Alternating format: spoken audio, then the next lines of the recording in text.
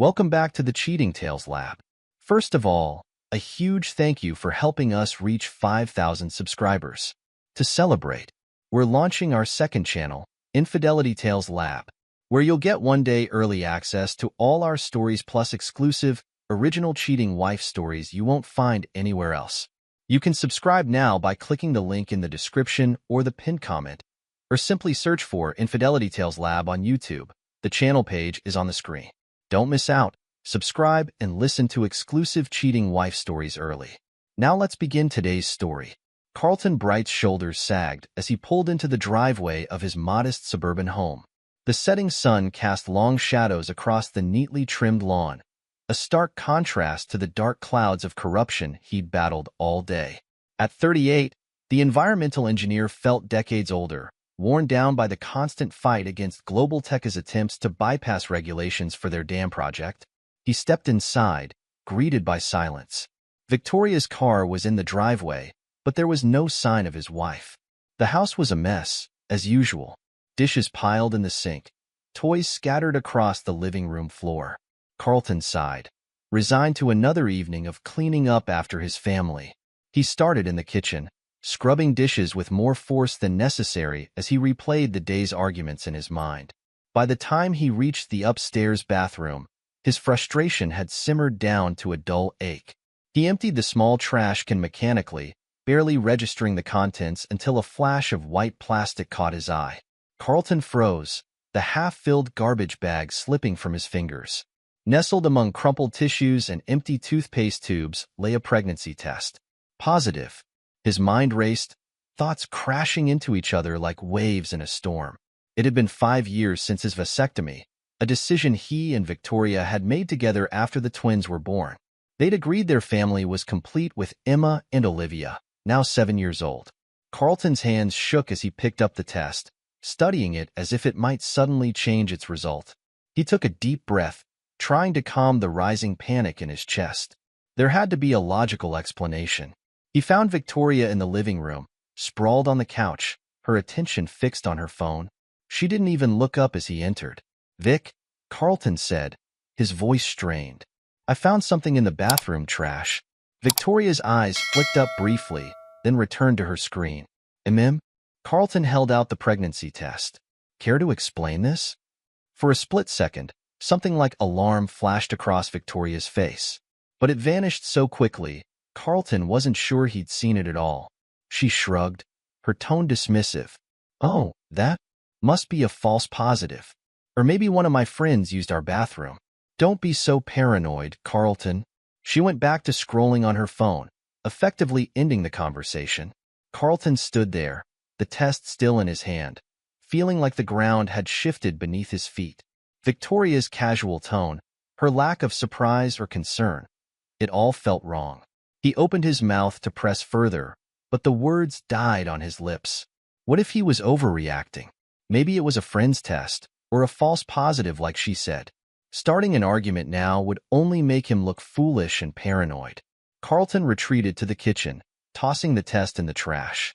As he prepared dinner for the family, his mind churned with unanswered questions. He resolved to keep his suspicions to himself, for now. But he couldn't shake the feeling that something was very, very wrong. Over the next few weeks, Carlton found himself hyper-aware of Victoria's every move. It was as if the pregnancy test had lifted a veil, revealing a host of behaviors he'd previously overlooked or dismissed. Victoria was constantly on her phone, fingers flying over the screen as she typed out messages. Whenever Carlton entered the room, she'd quickly lock the screen or flip it face down. Her hushed phone calls became more frequent, always taken in another room or outside on the patio. "Just work stuff," she'd say with a breezy smile when he asked. But Carlton knew her boutique clothing store didn't require that level of constant communication. The girls' nights out increased in frequency as well. Victoria would breeze out the door in her most flattering outfits, leaving Carlton to handle dinner and bedtime for the twins. She'd return late, smelling of wine and wearing a secretive smile. Carlton's suspicions gnawed at him, but he held his tongue. He needed more information before confronting Victoria. The opportunity presented itself at the annual neighborhood barbecue, hosted by the Johnsons next door. Carlton was manning the grill, flipping burgers, and trying to maintain a facade of normalcy. Victoria flitted from group to group, champagne flute in hand, laughing a little too loudly at every joke. As he added another round of hot dogs to the grill, Carlton overheard a conversation from the nearby patio table. Victoria's friend Marla was speaking in a stage whisper, clearly tipsy and oblivious to Carlton's presence. "So, Dish," Marla giggled, leaning in close to another woman. "How's Vicky's hot side piece?" Carlton's hand tightened on the spatula, his knuckles turning white. The other woman, Susan from 3 houses down, glanced around furtively before replying. "Jerome? God, I don't know how she landed him. That man is sex on legs." Marla snorted into her drink. "Right? I mean, Carlton's nice and all, but Jerome Bailey? He's in another league entirely." The name hit Carlton like a physical blow. Jerome Bailey, the flashy real estate developer known for his shady dealings and womanizing ways. Carlton had crossed paths with him at city council meetings, always leaving with a bad taste in his mouth. He stood there, frozen, as the women continued to gossip. They painted a vivid picture of Victoria's affair: steamy encounters at high-end hotels, lavish gifts, promises of a life filled with luxury and excitement. Carlton mechanically flipped burgers, his mind reeling. How long had this been going on? Was the pregnancy test Victoria's after all? Could she really be carrying Jerome Bailey's child? He made it through the rest of the barbecue on autopilot, plastering on a smile and making small talk. Victoria didn't seem to notice anything amiss, too caught up in her own little world. That night, after Victoria had gone to bed, Carlton called the one person he thought he could trust: Stephen Ho, his best friend since college. Stephen, a financial advisor, had always been there for Carlton through thick and thin. "Carlton? It's late, man. Everything okay?" Stephen's voice was groggy with sleep. Carlton paced the kitchen, keeping his voice low. "I need to talk, Steve. It's about Victoria. I think she's cheating on me." There was a pause on the other end of the line. When Stephen spoke again, his tone was carefully neutral. "That's a big accusation, Carl. What makes you think that?" Carlton poured out everything: the pregnancy test, Victoria's secretive behavior, and what he'd overheard at the barbecue. Stephen listened quietly, only speaking to ask for clarification on certain points. "Jesus, Carl. I don't know what to say," Stephen finally responded. "It seems so unlike Victoria." "I know what I heard, Steve," Carlton insisted. I don't know what to do now." Stephen sighed heavily. "Look, don't do anything rash. Get some sleep, try to clear your head.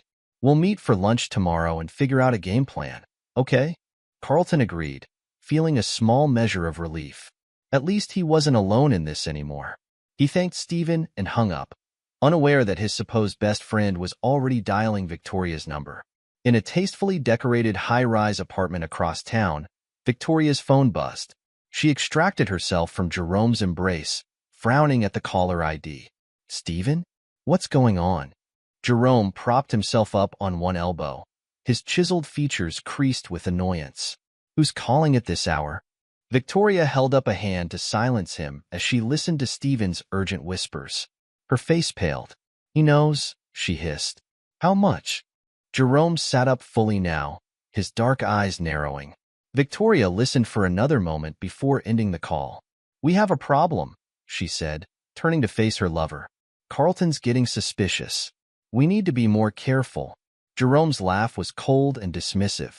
"Please, your husband wouldn't know what to do with this information if we handed it to him on a silver platter. He's too weak, too trusting." Victoria's lips curled into a cruel smile. "You're right, of course.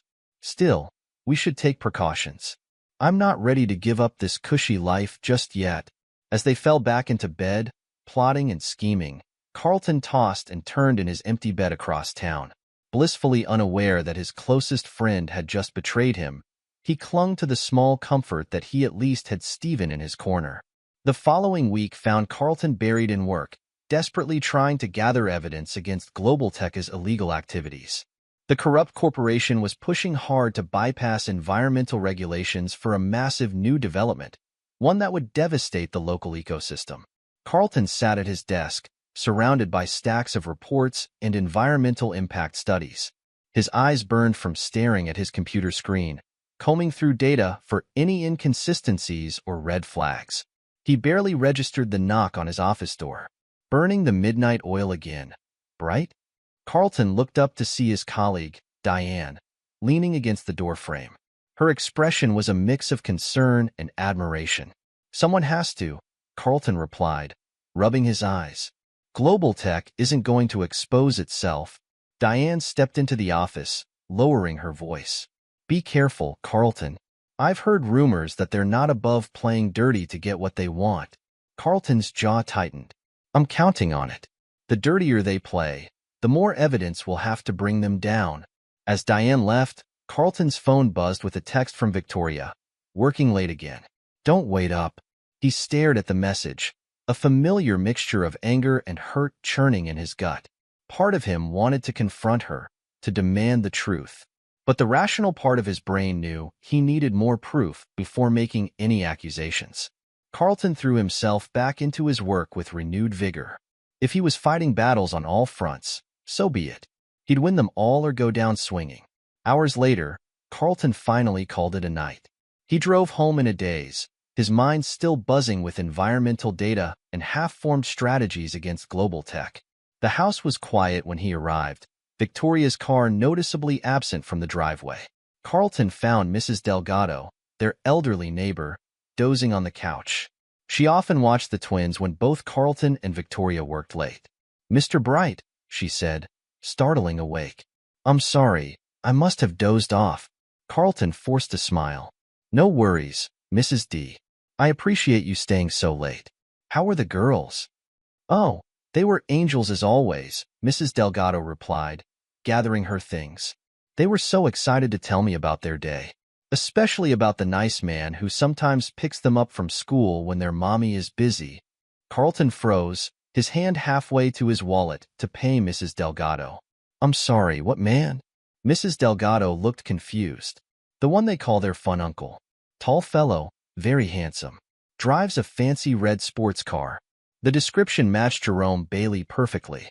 Carlton felt a surge of rage, so powerful it made his vision blur for a moment. He took a deep breath, not wanting to alarm Mrs. Delgado or, worse, have her mention his reaction to Victoria. Ah, yes, Carlton managed, his voice strained. Their mother's friend. Thank you for reminding me. After Mrs. Delgado left, Carlton went to check on the twins. Emma and Olivia were sound asleep, their matching blonde curls spread across their pillows. Looking at their innocent faces, Carlton felt a fresh wave of anger at Victoria's betrayal. It wasn't just him she was hurting. It was their entire family. He sat on the edge of Emma's bed, gently stroking her hair. Daddy's going to fix this, he whispered. I promise. Returning to the living room, Carlton poured himself 2 fingers of whiskey and sank onto the couch. He pulled out his phone, staring at Victoria's last text message. His thumb hovered over the call button for a long moment before he tossed the phone aside in disgust. No, he wouldn't confront her. Not yet. Victoria and Jerome thought they were so clever, so above it all. They had no idea what was coming. Carlton downed his whiskey in one burning gulp. He'd play the oblivious, trusting husband for now. Let them think they were getting away with it. But behind the scenes, he'd be planning, gathering evidence, preparing for the day when he'd bring their whole world crashing down around them. As he poured another drink, Carlton allowed himself a small smile. They thought him weak, too trusting. By the time he was done, they'd realized just how wrong they were. The dining room was awash in soft candlelight, creating an illusion of warmth that belied the tension simmering beneath the surface. Carlton sat at the head of the table, his face a mask of neutrality as he watched Victoria fuss over the place settings. I wanted tonight to be special, Victoria chirped, her voice syrupy sweet. We so rarely have time for a proper family dinner these days. Carlton nodded, saying nothing. He'd sensed something was coming from the moment Victoria had insisted on this elaborate meal. His suspicions were confirmed when she clinked her glass, calling for attention. I have wonderful news, Victoria announced, her eyes shining with what Carlton now recognized as carefully rehearsed emotion. We're going to have another baby. The twins, Emma and Olivia, squealed with delight. Carlton's parents, visiting for the weekend, offered enthusiastic congratulations. Through it all, Carlton maintained his composure, playing the part of the surprised and elated husband to perfection. "That's fantastic news, darling," he said, raising his glass in a toast. If anyone noticed the lack of warmth in his eyes, they didn't mention it. As the meal progressed, Carlton observed Victoria with a detached fascination. She was putting on quite a show, gushing about baby names and nursery colors.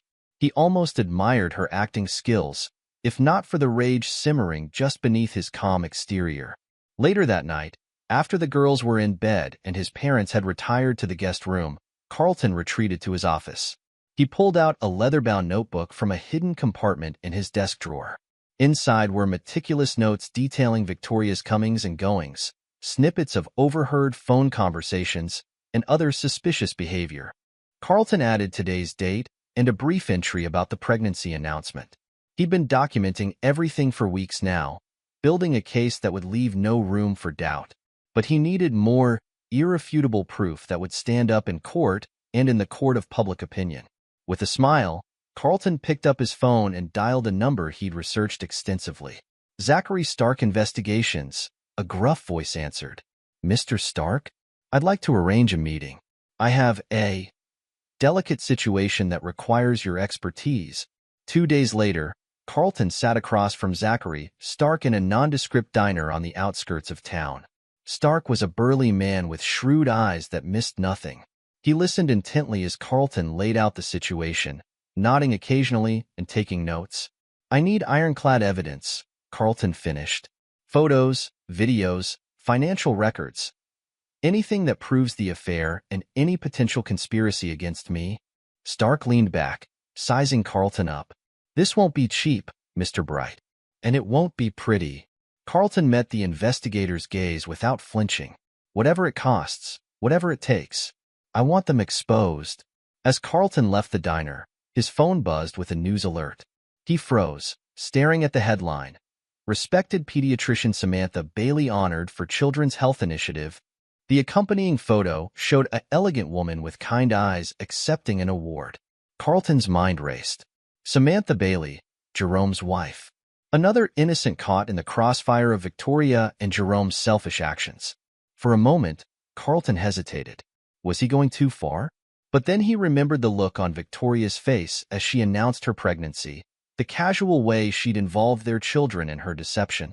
That evening, using a public computer at the library and a disposable email address, Carlton composed a message to Samantha Bailey. It was brief, providing just enough information to raise suspicions without revealing his identity. He attached a photo Stark had already provided, Jerome and Victoria entering a high-end hotel together. As he hit send, Carlton felt a satisfaction. Let them all face the consequences of their actions.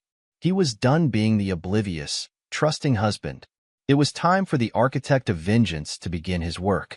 Weeks passed, and Carlton's web of intelligence grew ever wider. Zachary Stark proved to be worth every penny, providing a steady stream of damning evidence against Victoria and Jerome. But it was Carlton's own investigation that uncovered the most shocking betrayal of all. As Victoria's baby shower approached, planned with nauseating enthusiasm by her sycophantic friend Kimberly, Carlton found himself reviewing some troubling discrepancies in his financial records. Something wasn't adding up, and the trail led straight to his supposed best friend, Stephen Ho. Carlton sat in his car outside Stephen's office building, his hands clenched on the steering wheel. He trusted Stephen with everything: his suspicions about Victoria, his fears for his marriage, even the management of a significant portion of his investments. Now, staring at the bank statements spread across the passenger seat, Carlton felt a cold fury building inside him. Not only had Stephen been helping Victoria hide her affair for months, but he'd also been embezzling funds from Carlton's accounts. The money trail led to a new property development, spearheaded by none other than Jerome Bailey. Carlton's first instinct was to storm into Stephen's office and confront him. But as he reached for the door handle, he paused. No, that wasn't the smart play. Stephen, Victoria, Jerome, they all thought they were so clever, so untouchable. Let them keep thinking that, right up until the moment Carlton pulled the rug out from under them. With a calm he didn't entirely feel, Carlton started the car and drove to his bank. He spent the next few hours moving his remaining assets to secure accounts, leaving just enough in the compromised ones to avoid raising suspicion. As he worked, his mind raced with plans within plans, mapping out his path to revenge. That evening, Carlton met Stephen for their regular beer and pool night at O'Malley's pub. He laughed at Stephen's jokes, commiserated about work stress, and pretended not to notice the slight tremor in Stephen's hand when Victoria's name came up in conversation. "You know, Steve," Carlton said as they were leaving, clapping his friend on the shoulder, "I don't know what I'd do without you. You've been a rock through all this craziness with Victoria." Stephen's smile was strained, guilt flashing in his eyes for just a moment. "That's what friends are for, right? You can always count on me." "I know," Carlton replied, his own smile never reaching his eyes. "Believe me, I know." As Stephen's car disappeared around the corner, Carlton's genial expression hardened into one of determination. He pulled out his phone and dialed a number he'd been saving for just the right moment. "Sherry Woodward's office," a crisp voice answered. "Ms. Woodward? This is Carlton Bright. I find myself in need of a very discreet and very ruthless attorney. I was told you're the best." Back at work, Carlton threw himself into his case against Global Tech with renewed vigor. The corporation's attempts to bypass environmental regulations for their new development had grown increasingly brazen, and Carlton was determined to bring them down. Late one night, as Carlton pored over environmental impact reports and zoning laws, a hesitant knock sounded at his office door. He looked up to see Buddy Blackwell, a young environmental journalist he'd crossed paths with at city council meetings. "Mr. Bright? I hope I'm not interrupting," Buddy said, fidgeting with his press badge. "I've been following your work against Global Tech and, well, I think I might have some information that could help." Carlton leaned back in his chair, studying the nervous journalist. "Come in, Mr. Blackwell. Close the door behind you. I think we have a lot to discuss." For the next few hours, Carlton and Buddy pored over documents, connecting dots and building a case that would blow the lid off Global Tech's illegal activities. As the first rays of dawn crept through the office blinds, Carlton felt a spark of hope. Here, at least, was one battle he could win cleanly. "This is dynamite, Mr. Bright," Buddy said, his eyes shining with the zeal of a journalist on the verge of a career-making story. "With your insider knowledge and my sources, we could really expose Global Tech for what they are." Carlton nodded, a smile playing at his lips. "That's the plan, Mr. Blackwell. Let's take these bastards down." As Buddy gathered his notes to leave, Carlton felt a twinge of something like regret. Here was someone driven by a genuine desire for justice, untainted by the betrayal and deceit that had come to define Carlton's personal life. For a moment, he envied the young journalist's straightforward mission. But as Carlton turned back to his desk, his eyes fell on a framed photo of Emma and Olivia. He was fighting for them now, on all fronts. There would be time for regrets later, if he allowed himself to have any at all. As Victoria's pregnancy progressed, she and Jerome grew increasingly bold in their affair. They were often seen together at upscale restaurants and exclusive events, barely bothering to hide their relationship. Victoria's excuses to Carlton grew flimsier by the day, but he played the role of the oblivious husband to perfection. What Victoria and Jerome didn't know was that every public appearance, every careless display of affection, was meticulously documented by Zachary Stark and his team. Carlton received regular updates, each more damning than the last. He stored it all away, building an arsenal for the day of reckoning. One unseasonably warm afternoon, Carlton found himself at a charity golf tournament, reluctantly partnered with Jerome Bailey. As they walked between holes, Jerome's arrogance was on full display. "You know, Carlton," Jerome said, his tone condescending, "I've always admired how understanding you are. Not many men would be so accepting of their wife's friendship with another man." Carlton gripped his golf club tighter, forcing a neutral expression. "Victoria and I have always believed in trust and independence in our marriage." Jerome chuckled, clapping Carlton on the back. Of course. It's just that some men might get the wrong idea, seeing their wife spending so much time with a successful, handsome businessman. But not you, eh? You're made of sterner stuff." It took every ounce of Carlton's self-control not to swing the golf club at Jerome's smug face. Instead, he smiled blandly and said, "I suppose I am."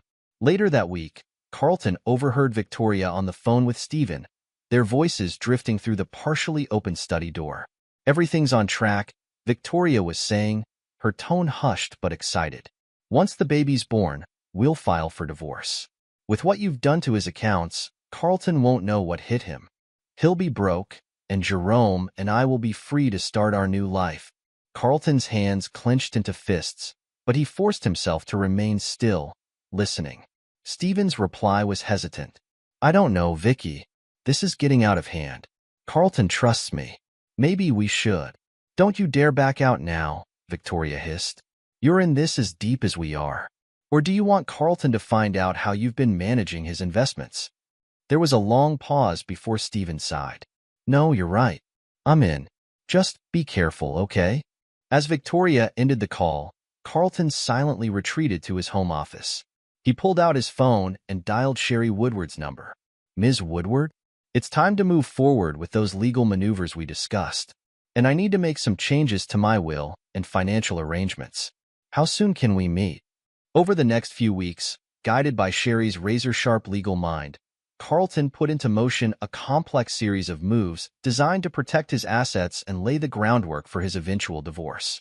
Accounts were shifted, trusts were established for the twins, and ironclad prenuptial agreements were unearthed and reinforced. All the while, Victoria, Jerome, and Stephen continued their plotting, blissfully unaware that Carlton was always 2 steps ahead. But it wasn't just his finances that Carlton was working to protect. As he delved deeper into Victoria's deception, he uncovered a painful truth that cemented his resolve to destroy her carefully crafted image.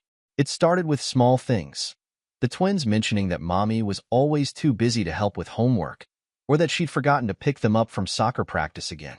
Carlton began paying closer attention, and what he saw filled him with a cold fury. Victoria's neglect of Emma and Olivia had become systematic. She prioritized her affair and her social life over their well-being, manipulating the girls emotionally to keep them quiet about her absences and mistakes. One evening, Carlton found Emma crying in her room. When he asked what was wrong, her answer broke his heart. "Mommy said if I told you she forgot my recital, you'd get mad and leave us," Emma sobbed. "I don't want you to leave, Daddy." Carlton gathered his daughter in his arms, smoothing her hair as she cried. "I'm not going anywhere, sweetheart. I promise." As he comforted Emma, Carlton's mind was racing. He'd known Victoria was selfish, but this level of emotional manipulation of their children? It was unforgivable. That night, after the girls were asleep, Carlton added a new section to his evidence file. This wasn't just about exposing an affair anymore. It was about protecting Emma and Olivia from a mother who saw them as little more than props in her perfect life narrative. As he worked late into the night, cataloging instances of Victoria's neglect and manipulation, Carlton felt the last shreds of doubt or hesitation fall away. Victoria had made her choice, prioritizing her affair over their family. Now it was time for Carlton to make his. The architect of vengeance looked out the window at the quiet suburban street, a smile playing on his lips. The web was tightening, and soon, very soon, it would be time to spring the trap. The Oakmont Country Club buzzed with excitement as guests arrived for Victoria Bright's baby shower. Women in designer dresses and men in tailored suits mingled on the manicured lawn, sipping champagne and exchanging gossip. Victoria held court near the gift table, her pregnancy glow enhanced by expertly applied makeup and a flowing maternity gown that probably cost more than most people's monthly rent. Jerome Bailey stood nearby, playing the role of the supportive family friend to perfection. His hand occasionally brushed Victoria's lower back, a gesture just intimate enough to raise eyebrows, but not quite scandalous enough to cause outright shock. "Vicky, darling, you're absolutely glowing," gushed Kimberly, Victoria's self-appointed best friend and shower organizer. "This is going to be the event of the season." Victoria preened under the attention, her smile smug. "Well, I do have a lot to celebrate. A new baby, a loving husband, wonderful friends. Life couldn't be more perfect." As if on cue, a ripple of surprise went through the crowd. Carlton Bright had arrived, looking impeccable in a tailored suit. He carried a stack of elegant envelopes, a slight smile playing on his lips. Victoria's eyes widened in alarm. This wasn't part of the plan. Carlton was supposed to be at a work conference, conveniently unable to attend the shower. She quickly composed herself, plastering on a bright smile. "Carlton, darling, what a wonderful surprise." She air-kissed his cheek, whispering harshly, "What are you doing here?" Carlton's smile never wavered. "I couldn't miss my wife's big day, could I? In fact, I brought a little something to share with all our guests." Before Victoria could react, Carlton began moving through the crowd, handing out the envelopes with a genial smile. "A little party favor," he explained to the curious onlookers. "Best opened all together, I think." Victoria felt a cold sweat break out on her forehead. She caught Jerome's eye across the room, seeing her own panic reflected there. What was Carlton up to? As the last envelope was distributed, Carlton took center stage, tapping a spoon against his champagne flute for attention. "Friends, family, esteemed guests," he began, his voice carrying across the now silent lawn. "We're here to celebrate new life, new beginnings. But before we do, I think it's time for some truths to come to light. Why don't we all open our envelopes together?" The sound of tearing paper filled the air, followed by gasps of shock and murmurs of disbelief. Victoria felt the blood drain from her face as she saw what Carlton had distributed. Photos of her and Jerome in compromising positions, printouts of incriminating text messages, financial records showing Stephen's embezzlement and her own complicity. But the final blow came in the form of two official-looking documents. DNA test results proving Carlton wasn't the father of Victoria's unborn child, and a paternity test identifying Jerome as the real father. The crowd erupted into chaos. Victoria stumbled back, her carefully constructed world crumbling around her. Jerome pushed through the crowd, his face a mask of fury. "You bastard," he snarled at Carlton. "You had no right." Carlton's laugh cut him off. "No right? To expose your affair with my wife? To reveal how you plan to trick me into raising your child? Oh, I think I had every right, Jerome." He pulled out his phone, tapping the screen. Suddenly, Victoria and Jerome's voices filled the air, discussing their plans in explicit detail. Victoria felt bile rise in her throat as she heard herself laugh about how easy it would be to fool Carlton. A commotion near the back of the crowd drew everyone's attention. Samantha Bailey, Jerome's wife, had arrived just in time to hear the damning recording. Her face was a study in shock and fury as she stormed towards her husband. "You son of a bitch," she hissed, and the crack of her palm against Jerome's cheek echoed across the suddenly silent gathering. Without another word, Samantha spun on her heel and strode away, leaving a stunned Jerome in her wake. Victoria, her face ashen, tried one last desperate gambit. "Carlton, please," she pleaded, reaching for him. "We can talk about this. There's an explanation." Carlton stepped back, his eyes cold. "Save it, Victoria. The time for talking is long past. I hope you and Jerome will be very happy together. You deserve each other." As Carlton walked away, head held high, Victoria collapsed into a nearby chair. She looked around at the faces of her friends and family, seeing only shock, disgust, and in some cases, a vindictive glee at her downfall. In that moment, Victoria Bright realized that her carefully crafted life of luxury and deception had just gone up in flames. The weeks following the baby shower debacle were a whirlwind of damage control for Victoria and Jerome. They huddled with high-priced lawyers and crisis management teams, desperately trying to salvage what remained of their reputations. "We need to get ahead of this," Jerome insisted, pacing Victoria's living room. "Paint Carlton as the villain. Say he was abusive, unfaithful. Make people sympathize with us." Victoria nodded, her eyes red-rimmed but calculating. "I can play the victim. Say I was afraid to leave him, that you were my savior." But Carlton was always one step ahead. As Victoria and Jerome's accusations hit the media, Carlton calmly released a series of videos. They showed Victoria's repeated neglect of Emma and Olivia, canceling plans with the girls to meet Jerome, forgetting school events, and manipulating the twins to keep quiet about her absences. Even more damning were the clips of Jerome, clearly intoxicated, boasting about how easy it was to manipulate Carlton. The guy's a chump, Jerome slurred in one video, filmed covertly at a bar. Thinks he's so smart with his environmental crusades. Meanwhile, I'm banging his wife and spending his money. It's almost too easy. Public opinion, initially divided, swung decisively in Carlton's favor. Victoria and Jerome found themselves shunned by former friends and business associates, their phones suddenly going unanswered. Meanwhile, Carlton was making waves in his professional life. The evidence he and Buddy Blackwell had gathered against Global Tech was ironclad.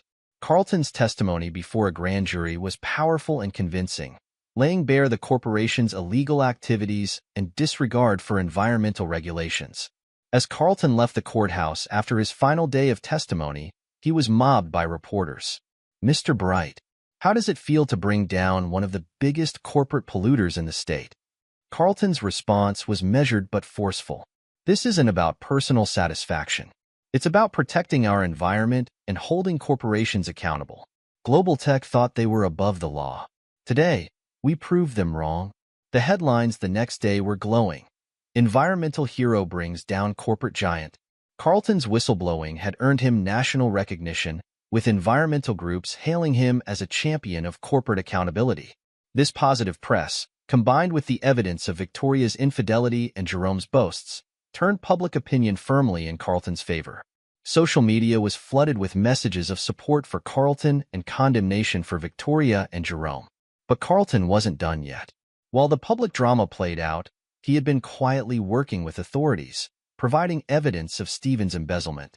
The betrayal of his oldest friend still stung, but Carlton's desire for justice outweighed any lingering sentiment. It all came to a head on a rainy Tuesday morning. Stephen Ho, looking haggard and terrified, was led out of his home in handcuffs. He had been caught trying to board a flight to a non-extradition country with a suitcase full of cash and a fake passport. As Stephen was shoved into the back of a police car, his eyes met Carlton's. Carlton stood on the sidewalk, watching impassively as his former friend was taken away. There was no satisfaction in his gaze, only a resolution. Another piece of the puzzle had fallen into place. The news of Stephen's arrest sent shockwaves through their social circle. It was the final nail in the coffin of Victoria and Jerome's attempts to rehabilitate their image. With their co-conspirator headed to prison, their own misdeeds were once again thrust into the spotlight. Carlton, for his part, refused to comment on Stephen's arrest. When pressed by reporters, he simply said, "The evidence speaks for itself. I trust our justice system to handle the matter appropriately." As the dust began to settle, Carlton turned his focus to the future. He had protected his reputation, exposed the truth, and set the stage for justice to be served. Now, it was time to rebuild his life and create a better future for his daughters. The law offices of Sherry Woodward were a study in understated elegance. Carlton sat across from his attorney, reviewing the final draft of the divorce papers. Every clause had been meticulously crafted to leave Victoria with as little as possible. "You positive about this, Carlton?" Sherry asked, her sharp eyes studying her client. "It's an aggressive strategy. The courts might see it as punitive." Carlton's smile was cold. "After everything that's come to light, I think the courts will understand. Besides, Victoria's own actions have turned public opinion against her. No judge wants to be seen as sympathetic to a cheater who manipulated her own children." Sherry nodded, a hint of admiration in her eyes. "Very well. I'll have these served to Victoria immediately." Across town, Victoria sat in the living room of the house she had once shared with Carlton. The room was eerily empty, most of the furniture and decor already gone. She jumped at the sound of the doorbell, her heart racing as she opened the door to find a stone-faced process server. "Victoria Bright? You've been served." Victoria's hands shook as she opened the envelope. As she read through the divorce terms, her face drained of color. Carlton was leaving her with nothing. No alimony, no share in their assets, not even her car. The only thing she would retain was the clothes on her back and the unborn child she carried. "He can't do this," she shrieked, causing the process server to take a step back. "I'll fight it." Her tirade was cut short as she noticed a moving truck pulling up to the house. A team of movers began efficiently loading the remaining furniture and boxes. "What's going on?" Victoria demanded, storming out onto the front lawn. "Stop. This is my home." A calm voice behind her made her spin around. "Not anymore." Carlton stood there, his expression impassive. "The house has been sold, Victoria. Proceeds are going to a women's shelter, by the way." Seemed fitting. Victoria's voice rose to a screech. "You can't do this. Where am I supposed to go?" Carlton's smile was devoid of warmth. "That's not my problem anymore. Though I'm sure Jerome will be happy to take care of you and your child." That was the plan, wasn't it? As Carlton walked away, Victoria felt the full weight of her actions crash down upon her. She was alone, pregnant, and now, effectively homeless. Meanwhile, Jerome Bailey's carefully constructed world was crumbling just as thoroughly. His wife, Samantha, had filed for divorce, taking their children and half of Jerome's assets with her. But that was just the beginning. The scandal had spooked investors, and Jerome's real estate empire was imploding. Projects were stalled, partners were backing out, and lawsuits from angry clients were piling up. Jerome found himself spending more time with his lawyers than at construction sites. To make matters worse, an anonymous tip to the FBI had launched a full-scale investigation into Jerome's business practices. As federal agents combed through his records, Jerome realized that his shady dealings were about to catch up with him in a big way. Victoria and Jerome, once the toast of their social circle, now found themselves pariahs. Former friends crossed the street to avoid them. Invitations dried up. Whispers and pointed fingers followed them everywhere they went. Finally, unable to bear the constant scrutiny and judgment, they made the decision to leave town, their carefully constructed lives in shambles. Carlton, on the other hand, was thriving. The family court, presented with overwhelming evidence of Victoria's infidelity and emotional manipulation of the children, had granted him full custody of Emma and Olivia. The girls, initially shaken by the upheaval, were flourishing under their father's care. Carlton's professional life was equally successful. He used his newfound fame and respect to start a foundation supporting environmental causes and helping children affected by parental infidelity. The Bright Future Foundation quickly gained national attention, with Carlton's personal story lending weight and credibility to its mission. As for Carlton himself, he had relocated with his daughters to a beautiful, eco-friendly home on the coast. The sound of waves crashing against the shore served as a constant reminder of the new life they were building together. It was on a sunny afternoon at the beach that Carlton met Marla Rodriguez. She was a marine biologist and single mother, her young son building sandcastles with Emma and Olivia. As they talked, Carlton found himself drawn to Marla's intelligence, kindness, and genuine warmth. For the first time in years, Carlton felt a spark of something he had thought long dead: the possibility of true love and partnership. Marla showed him that loyalty and trust weren't myths, that not everyone had an ulterior motive. As the sun set over the ocean, Carlton watched his daughters playing with Marla and her son. He felt a sense of peace wash over him. The betrayals of his past had made him stronger, wiser. He would never forget the lessons learned, but he was ready to embrace this new chapter of his life. The architect of vengeance had completed his masterwork. Now, it was time for Carlton Bright to build something new, a future filled with love, trust, and the family he deserved. Epilogue. 5 years later, the bustling courthouse in downtown Manhattan hummed with activity as Victoria Bright, now Victoria Callahan, was led away in handcuffs. Her once impeccable appearance was a shadow of its former self. Designer clothes replaced by a drab jumpsuit, perfectly coiffed hair now limp and graying. The judge's words still rang in her ears. 10 years for fraud, embezzlement, and conspiracy. Victoria's fall from grace had been spectacular and complete. After fleeing her old life, she and Jerome had tried to start over in New York City, but their past misdeeds continued to haunt them. Victoria's attempts to launch a new fashion line were met with derision and boycotts. Investors, burned once by the scandal, steered clear. Desperate and running out of options, Victoria and Jerome had turned to increasingly risky ventures. A Ponzi scheme targeting wealthy divorcees had seemed like the perfect plan, until it all came crashing down. Now, Victoria faced a decade behind bars, her unborn child long since given up for adoption. Jerome Bailey's fate had been no less dire. His FBI investigation had uncovered a web of corruption that spanned years. Money laundering, bribery, and connections to organized crime. The charges had piled up like a house of cards. In the end, Jerome had tried to flee the country, only to be caught in a dramatic airport takedown. Now serving 25 years in a federal penitentiary, Jerome's once charming smile had twisted into a bitter scowl. His fellow inmates, many of them victims of predatory real estate practices, took particular pleasure in reminding Jerome of his new lowly status. Back in their old hometown, life had moved on. Stephen Ho, released after serving 3 years for embezzlement, scraped by working as a night janitor at the same country club where he had once been a valued member. His financial acumen was now limited to stretching his meager paycheck to cover rent on a dingy studio apartment. Samantha Bailey, Jerome's ex-wife, had found unexpected strength in the aftermath of the scandal. Using her share of the divorce settlement, she had opened a pediatric clinic serving underprivileged communities. Her work brought her a sense of purpose and fulfillment she had never known in her marriage to Jerome. Buddy Blackwell's exposé on global tech had catapulted him to journalistic stardom. Now a respected environmental correspondent for a major news network, Buddy often collaborated with Carlton's foundation on hard-hitting investigative pieces. And what of Carlton Bright, the architect of this grand revenge?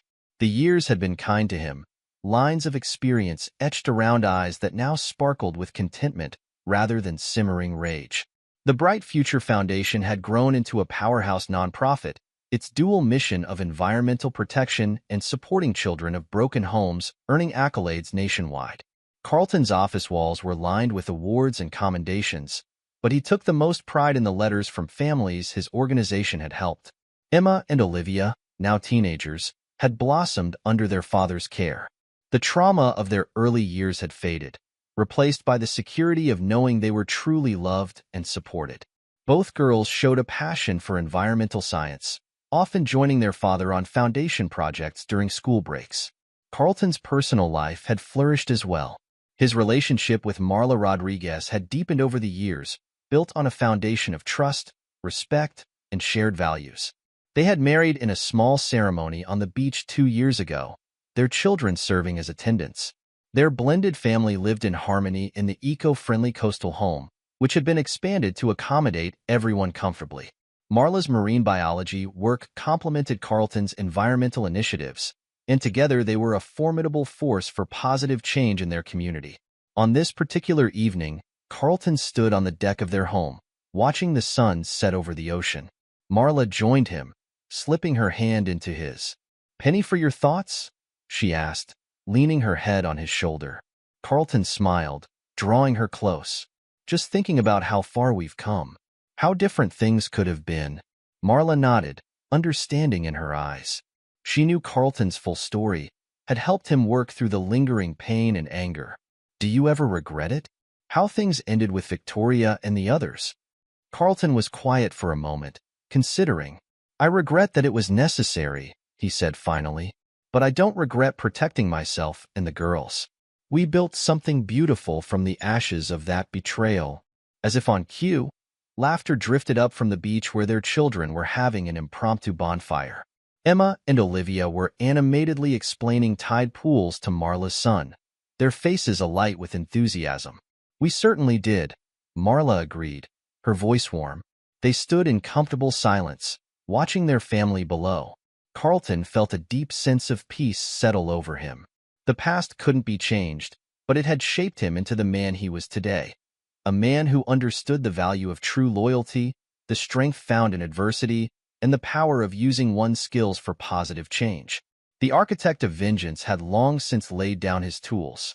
In their place, Carlton Bright had become an architect of hope, building a legacy that would far outlast the echoes of past betrayals.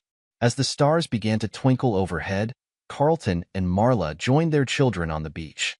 Tomorrow would bring new challenges, new opportunities to make a difference. But for now, surrounded by the family he had fought so hard to protect and the love he had once thought lost forever, Carlton was exactly where he was meant to be. The story of the Bright family wasn't one of unending happiness. Life was too complex for that. But it was a story of resilience, of justice served, and of the power of choosing to build a brighter future, no matter how dark the past. And for Carlton, that was a story worth living. This is where our story comes to an end. Share your thoughts in the comment section. Thanks for your time. If you enjoy the story, please subscribe to this channel.